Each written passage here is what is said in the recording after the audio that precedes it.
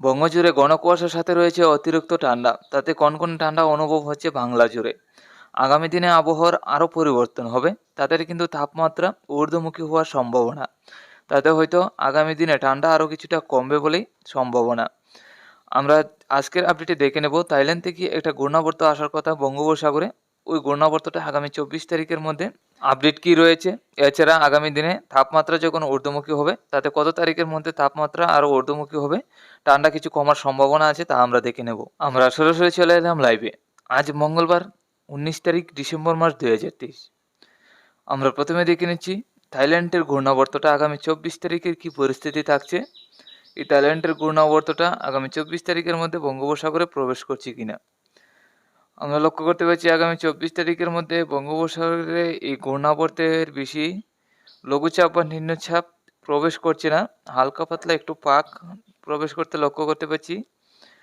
তবে কিছু নিম্নচাপ আমরা লক্ষ্য করতে পারছি 25 তারিখ থেকে 26 তারিখের মধ্যে হয়তো বঙ্গোপসাগরে প্রবেশ করবে।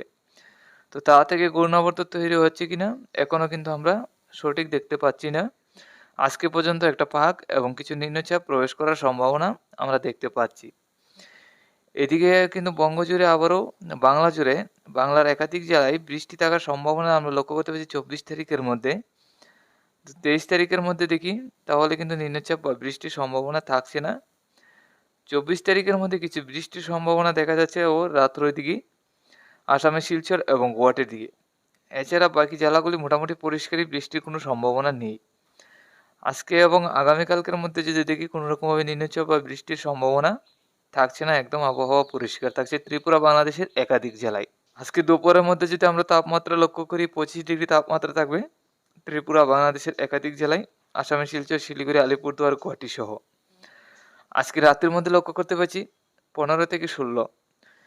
এদিকে শিলিগুড়ি, আলিপুরদুয়ার, আসামের শিলচর, গুয়াহাটি এদিকেও কিন্তু 14 থেকে 15 কাছাকাছি থাকবে। আর আমাদের ত্রিপুরা রাজ্যে আজকে রাত্রির মধ্যে 15 থেকে 16।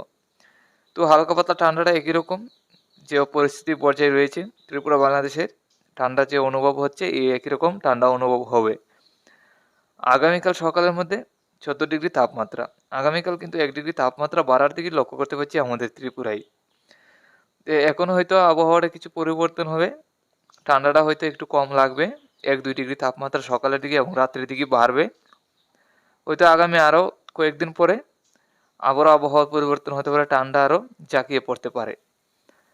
তো আমরা যদি বাংলাদেশে দেখি আগামীকাল সকালের দিকে, তাহলে কিন্তু আগামীকাল সকালে বাংলাদেশে লক্ষ্য করতে পারছি কিছু কিছু জেলায় 12 এবং কিছু কিছু জেলায় 15। তাতে রংপুর, কালাই, ময়মনসিংহ, সিলেটের দিকে থাকবে 12 থেকে 13-র মধ্যে। রাজশাহী, ঢাকা, খুলনা, কুমিল্লা, চট্টগ্রাম, বরিশাল, এছাড়া আমাদের ত্রিপুরা রাজ্যের দিকে একই রকম 14 থেকে 15 কাছাকাছি থাকবে। তো এই গেল তাপমাত্রার কি পরিস্থিতি, ঠান্ডা কেমন অনুভব হবে। আমরা যদি আগামী 24 তারিখ 23 তারিখের মধ্যে সকালের দিকে দেখি, দেখুন সকালের দিকে লক্ষ্য করতে পারছি 15 ডিগ্রি তাপমাত্রা। তো আগামী দিনে কিন্তু তাপমাত্রা একটু ঊর্ধ্বমুখী হবে, সকাল এবং রাত্রির ঠান্ডাটা কিছুটা কমবে। সর্বনিম্ন তাপমাত্রা 14 থেকে 15-র কাছাকাছি থাকবে ত্রিপুরা বাংলাদেশ, আসামের শিলচর, শিলিগুড়ি, আলিপুরদুয়ার, গুয়াহাটি সহ। চলে এলাম বন্ধুরা ঘন কুয়াশায়।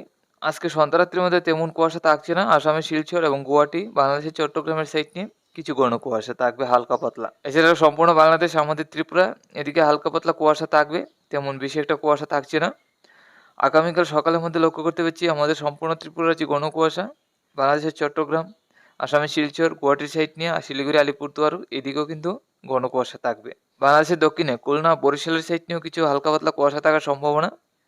এদিকে রংপুর, কালাই, ময়মনসিংহের সাইড নিয়ে সিলেটের দিকে হালকা পাতলা মোটামুটি কুয়াশা থাকবে।